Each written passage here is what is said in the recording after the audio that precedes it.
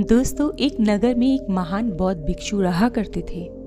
वो बहुत ज्ञानी थे और बहुत ही शांत स्वभाव के थे और उनकी ये विशेषता भी थी।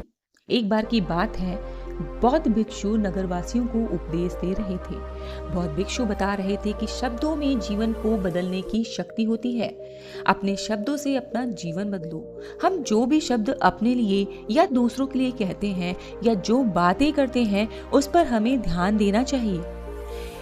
इतना कहकर बौद्ध भिक्षु ने अपना उपदेश खत्म किया और वहां से चले गए। एक दिन की बात है, वो बौद्ध भिक्षु एक मार्ग से होकर गुजर रहे थे। उसी मार्ग से होकर एक युवक भी गुजर रहा था और युवक ने जब उस बौद्ध भिक्षु को देखा तो वो जोर जोर से हंसने लगा और कहने लगा, अरे साधु महाराज, आप तो बिल्कुल ढोंगी हैं। आपके उपदेशों में आप ये कहते हो कि शब्दों में बड़ी ताकत होती है, लेकिन ये कहने से आपकी बात सच नहीं हो जाएगी।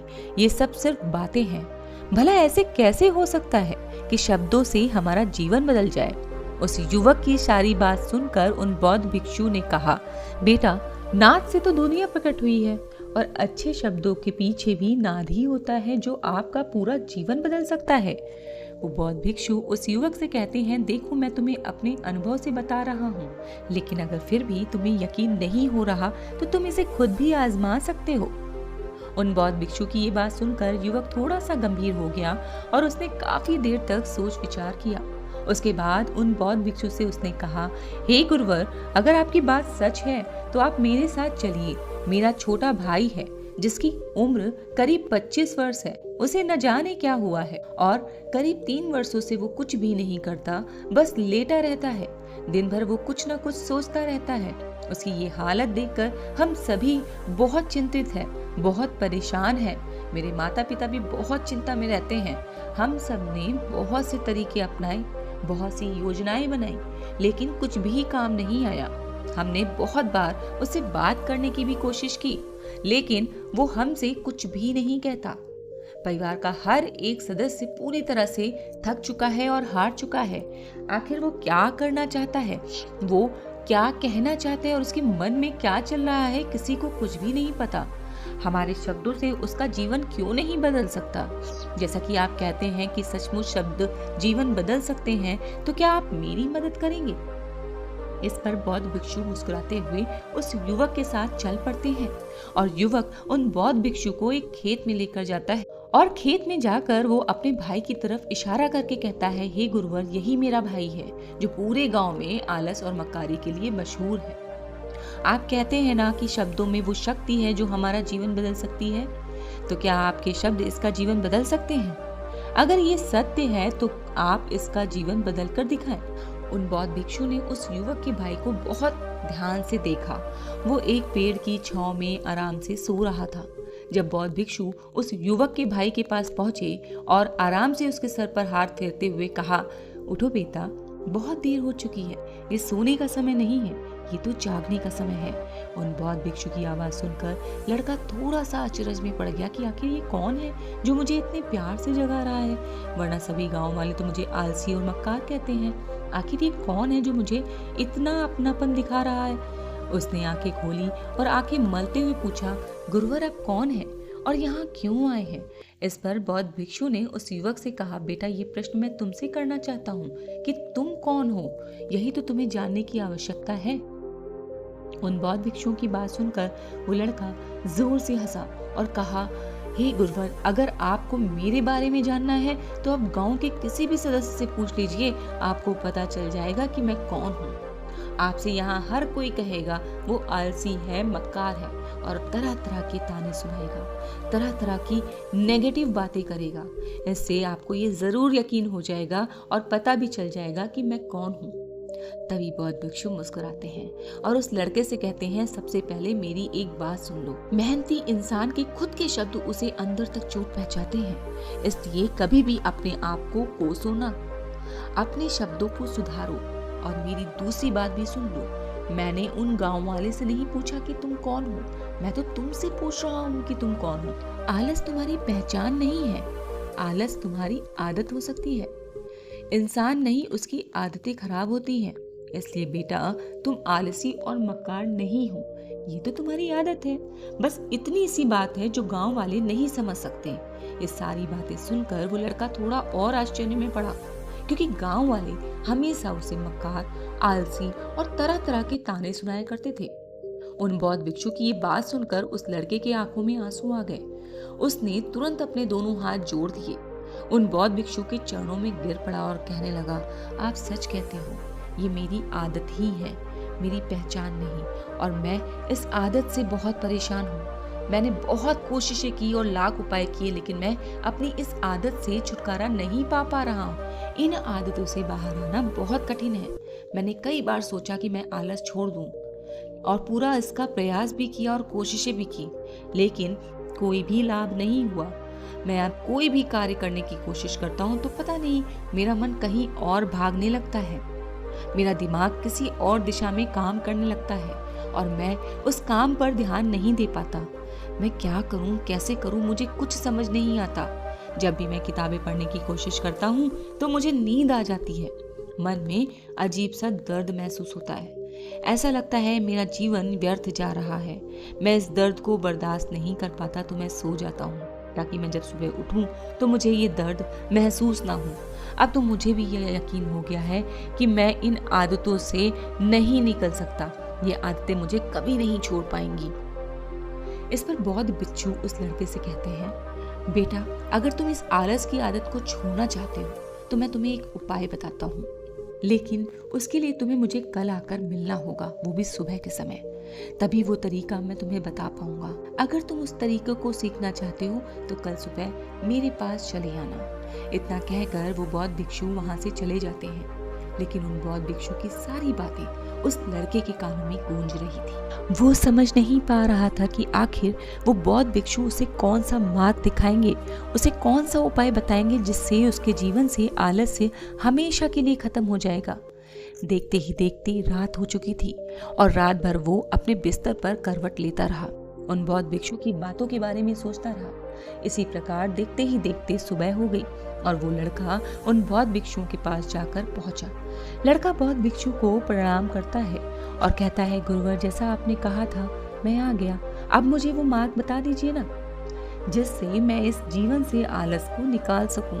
तभी बौद्ध भिक्षु उस लड़के से मुस्कुराते हुए कहते हैं, बेटा, जब भी तुम्हारा मन दुविधा में हो, तुम निर्णय नहीं ले पा रहे हो और तुम्हारे मन में तरह तरह के प्रश्न उठ रहे हो कि मैं क्या करूं, कैसे करूं, क्या ना करूं, इस कार्य को पूर्ण कैसे करूं और ये सब कैसे होगा, तब तुम वास्तविकता में अपने अतीत के बारे में सोचते हो कि पिछली बार तुम्हारे ऐसा करने पर क्या हुआ था, अतीत में तुमसे लोगों ने क्या कहा था। तो आज से कभी भी अपने अतीत के बारे में नहीं सोचना है, तुम्हें सिर्फ अपने वर्तमान और भविष्य के बारे में सोचना है। इस पर लड़का कहता है, भविष्य, वो भला कैसे?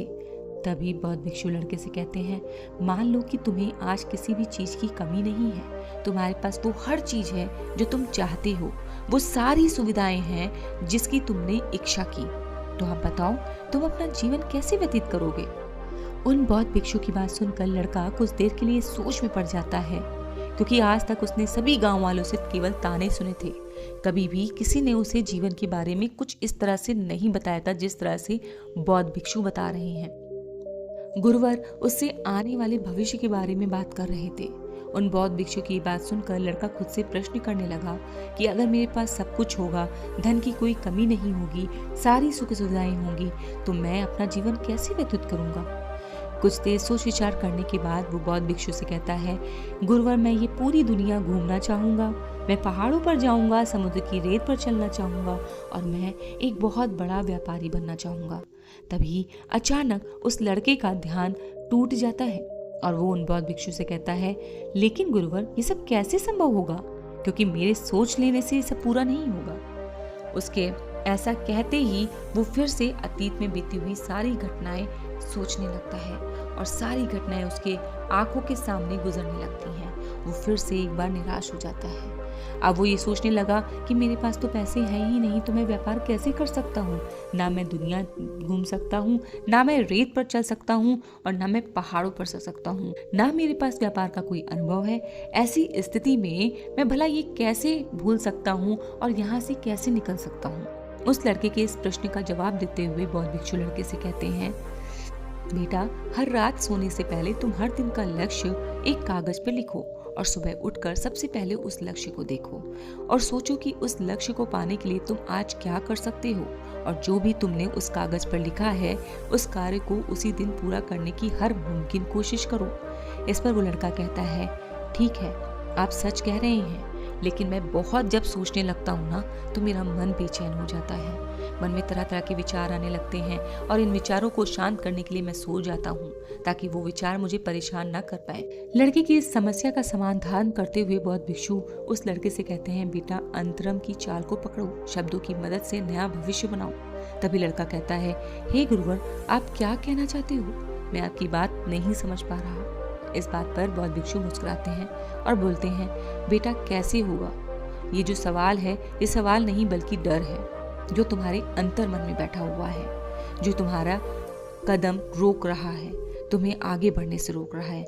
अगर तुम वास्तविकता को देखोगे तो किसी को भी नहीं पता होगा कि ये कार्य कैसे होगा, लेकिन एक इंसान जब कोई दृढ़ निश्चय कर लेता है ना तो वो अपने उद्देश्य को सामने रखकर लगातार प्रयास करता रहता है, वो अपनी सफलता प्राप्त कर ही लेता है। तभी वो लड़का उन बौद्ध भिक्षु से कहता है, हे गुरुवर, अगर ऐसी बात है तो मेरे मन में बार बार चिंता क्यों होती है, मन बार बार बेचैन क्यों हो उठता है? इस पर बौद्ध भिक्षु कहते हैं, बेटा, क्योंकि तुम्हें डर है कि तुम कमजोर हो। तुम्हारे अंतर मन में बैठा हुआ ये डर तुम्हें ये हमेशा जताता रहता है कि तुम में कुछ कमी है, तुम किसी काम के नहीं हो, और यही कारण है कि तुम कोशिश करने से भी डरते हो, क्योंकि तुम्हारा अंतर मन हमेशा तुम्हें रोकता है। जब भी कोई कार्य की शुरुआत करो तुम्हारा मन पहले आकर तुम्हें रोक लेता है और तुम्हें आगे नहीं बढ़ने देता है। तुम्हें लगता है कि तुम हार जाओगे, इसी कारण तुम्हें चिंता होने लगती है और तुम्हारा मन बेचैन हो जाता है। तभी वो लड़का कहता है, गुरुदेव, आपने जो भी कहा बिल्कुल सही है, लेकिन अब आप ही मुझे बताइए मैं इस परेशानी से कैसे बाहर निकलूं? इसका जवाब देते हुए बौद्ध भिक्षु उस लड़के से कहते हैं, बेटा, इस समस्या का समाधान बहुत ही आसान और सरल है। तुमने देखा होगा कि अक्सर ही हम अपने आप को दोष देते रहते हैं, अपने आप को तरह तरह के अपशब्द कहते रहते हैं जो हमारे अंतर्मन में जाकर बैठ जाते हैं और वही हमें आगे बढ़ने से रोक देते हैं। इन शब्दों का हम पर बहुत गहरा प्रभाव पड़ने लगता है, क्योंकि जैसा हम खुद से कहते हैं, जैसा हम पूरी भावना के साथ सोचते हैं, वैसा ही हम बनते चले जाते हैं। इसलिए अगर तुम खुद को बदलना चाहते हो कि तुम भी काबिल बन सको तो तुम्हें अपने अंतर मन को नए संदेश देने होंगे, जैसे कि मेरे शरीर का हर एक कण, हर एक हिस्सा, हर एक विचार शांति और ऊर्जा से भरा है। मैं दृढ़ संकल्प और आत्मविश्वास के साथ हर दिन के लक्ष्यों को पूरा करता हूँ। मैं अपनी कमजोरी को अभ्यास में बदलता हूँ, चिंता को ध्यान में बदलता हूँ। मैं उत्साह और ऊर्जा से भरा हुआ हूँ और लगातार अपने लक्ष्यों पर काम करता हूँ। ऐसे शब्द जब तुम खुद से कहोगे ना तो तुम शक्तिशाली महसूस करने लगोगे और तुम्हारी सारी चिंताएं खत्म होने लगेंगी, क्योंकि यही शब्दों की ताकत है। शब्द तुम्हें वही बना देंगे जो तुम खुद से कहोगे। तुम जितनी भावना के साथ ये वाक्य बोलते हो, उसे महसूस करते हो, उतनी ही भावनाओं से ये शब्द तुम पर असर करना शुरू कर देंगे। धीरे धीरे ये शब्द तुम्हारे मन और व्यक्तित्व की सोच का हिस्सा बन जाएंगे। लेकिन मेरी एक बात याद रखना कि तुम्हारा मन इतनी आसानी से हार मानने वाला नहीं। जब तुम आगे बढ़ोगे तो मौका मिलते ही वो तुम्हें पीछे खींचेगा। तुम्हारे अतीत के बीते हुए सारे कड़वे अनुभव तुम्हें याद दिलाएगा ताकि तुम डर जाओ और एक बार फिर से अपने लक्ष्य का पीछा करना छोड़ दो। लेकिन तुम्हें इसकी चिंता नहीं करनी है। उन सकारात्मक शब्दों के कारण तुम्हारा मन सकारात्मक विचारों को स्वीकार करने लगेगा। आगे वो बौद्ध भिक्षु उस लड़के को चेतावनी देते हुए कहते हैं कि मेरी एक बात याद रखना कि तुम्हारा ध्यान आलस्य पर नहीं होना चाहिए, अर्थात तुम्हें कभी भी आलस नहीं करना है। तुम्हें एक नई भविष्य का निर्माण करना है, एक नए व्यक्तित्व का निर्माण करना है। तुम्हारा पूरा ध्यान केवल इस पर होना चाहिए। उन बौद्ध भिक्षु की बात सुनकर लड़का कहता है, ठीक है गुरुवर, आप जैसा कहेंगे मैं वैसा करूंगा। तभी वो बौद्ध भिक्षु उस लड़के से कहते हैं, बेटा, अभी तो मैं इस गांव से जा रहा हूँ, लेकिन कुछ सालों के बाद मैं वापस जरूर आऊंगा। इतना कहकर बौद्ध भिक्षु वहां से चले गए और वो लड़का अपने घर लौट गया। लेकिन अब उस लड़के के मन में बहुत से विचार थे। वो लड़का ये सोच रहा था कि अगर मैं अपने मनपसंद जिंदगी जीने लगूं, मैं दुनिया घूमने लगूं, नए लोगों से मिलने लगा और अपनी पसंद का काम करने लगा तो मेरी जिंदगी कैसी होगी। उस बातों को ध्यान कर कर उसने एक कागज पर अपना लक्ष्य लिखा और लिख कर सो गया। अगली सुबह जब उसकी आँख खुली तो उसने पेपर पर लिखा हुआ लक्ष्य एक बार दोहराया और उसके कुछ देर बाद वो शांत हो गया। तभी उसे उन बौद्ध भिक्षु की बात याद आई कि तुम अपने लक्ष्य के लिए आज क्या कर सकते हो। उसने खुद से सवाल किया कि मैं आज अपने इस लक्ष्य को प्राप्त करने के लिए क्या क्या कर सकता हूँ।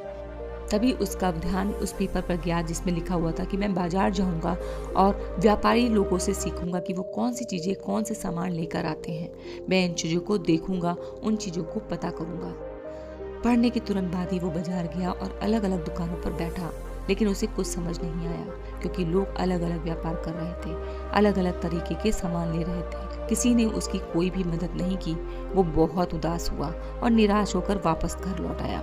तभी उस लड़के को उन बौद्ध भिक्षु की बात याद आई कि शब्दों में बहुत ताकत है, शब्द हमारा जीवन बदल सकते हैं। उसे वो सकारात्मक विचार याद आए और वो उन्हें सुबह शाम दोहराने लगा। अब वो हर दिन ऐसा ही करता। देखते ही देखते 1 महीना बीत गया था, लेकिन अभी तक उसके जीवन में कोई बदलाव नहीं आया। अब वो लड़का इस सोच कर निराश होने लगा कि उसके जीवन में कुछ भी परिवर्तन नहीं हो रहा। लेकिन 1 महीने के बाद उसे महसूस हो रहा था कि वो पहले से अच्छा महसूस कर रहा है। उसका दिमाग अब अच्छी तरह से सोच पा रहा है। वो पहले से ज़्यादा चलने फिरने लगा। धीरे धीरे उसे समझ में आने लगा कि जो लोग आगे बढ़ते हैं, महान काम करते हैं, उनकी सोच में कितना अंतर होता है। वो लोग हमेशा शक्तिशाली विचार सोचते हैं। दूसरों की छोटी सोच और डर से वो प्रभावित नहीं होते। जब भी उनके सामने कोई मुश्किल आन पड़ती है, वो घबराते नहीं बल्कि उस समस्या का समाधान निकालते हैं। इस समस्या के समाधान पर ध्यान केंद्रित करते हैं। वो कभी भी किसी का इंतजार नहीं करते। वो खुद पर विश्वास करते हैं और आगे बढ़ते रहते हैं। उस लड़के को ये बात पूरी तरह से समझ में आने लगी और धीरे धीरे उसने भी अपने कदम आगे बढ़ाने शुरू कर दिए। उसने बिल्कुल भी वैसा ही व्यवहार करना शुरू कर दिया। अब से वो कभी खाली नहीं बैठता था। जब भी उसका मन करता वो बाजार जाता, लोगों को समझता, जानता, व्यापारियों को देखता और ये भी देखता कि किस प्रकार से व्यापारी व्यापार कर रहे हैं, चीजें खरीद रहे हैं, किन चीजों से उन्हें लाभ हो रहा है। जब उसका मन करता तो वो अपने पिता की भी मदद करता था। वो अपने पिता के साथ मंडी में जाता और जाकर मोल भाव करता। हमेशा कुछ न कुछ वो सीखने में जुटा रहा। एक दिन गांव में एक मसाले का व्यापारी आता है। उसने कुछ पढ़े लिखे नौजवानों की जरूरत थी जो माल की गिनती कर सके और हिसाब रखने का काम कर सके। वो लड़का अपने लक्ष्य को जानता था कि उसे क्या पाना है। उसे समझ में आ गया था कि वो इस काम को बहुत कुछ सीखने को मिलेगा। बेहिचक वो सेठ के पास पहुंच जाता है। वो जानता था कि उसे उस काम को करने में पैसे कम मिलेंगे, लेकिन उस काम से वो बहुत कुछ सीख सकता है। लड़के की सोच पूरी तरह से बदल चुकी थी। अब बाकी लोगों की तरह वो नहीं सोचता था। वो बहुत ईमानदारी और समझदारी से काम करता था। देखते ही देखते 3 महीने बीत चुके और व्यापारी समझ चुका था कि नौजवान बहुत समझदार है। वो उसे व्यापार में बहुत मदद करता है। इसलिए मसाले के व्यापारी ने उस लड़के को अपना सहायक बना लिया। उस व्यापारी ने देखा लड़के की दिनचर्या सबसे अलग है। हर दिन पढ़ता है, लिखता है, सुबह उठकर ध्यान करता है, नई चीजें सीखता है, परेशानी भी आती है तो विचलित नहीं होता और वो सबसे सम्मान से बातें करता है, सबका आदर करता है। देखते ही देखते 1 साल बीत गया। अब तो व्यापारी उस नौजवान से बहुत खुश था। उसने धीरे धीरे उस नौजवान को व्यापार के सारे गुण सिखा दिए। देखते ही देखते वो लड़का अब एक छोटा सा व्यापारी बन चुका था।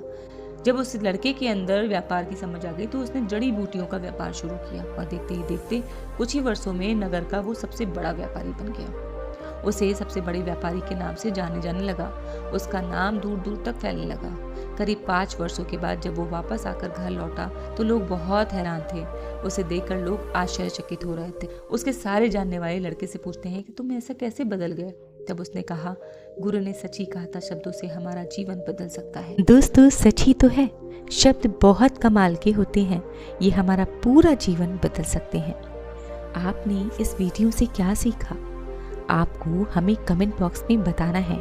हमें सपोर्ट करें और हमारे चैनल को सब्सक्राइब करना ना भूलें। इस वीडियो को अपने दोस्तों और अपने परिवार के लोगों के साथ शेयर ज़रूर करें और अगर ये कहानी पसंद आई हो तो इसे लाइक करें। और सबसे ज़रूरी बात, अपना ध्यान रखें, हमेशा पॉजिटिव रहें, हमेशा अच्छे शब्द अपने मुंह से निकालें। मिलते हैं ऐसे ही अगले वीडियो में। नमो बुद्धाय।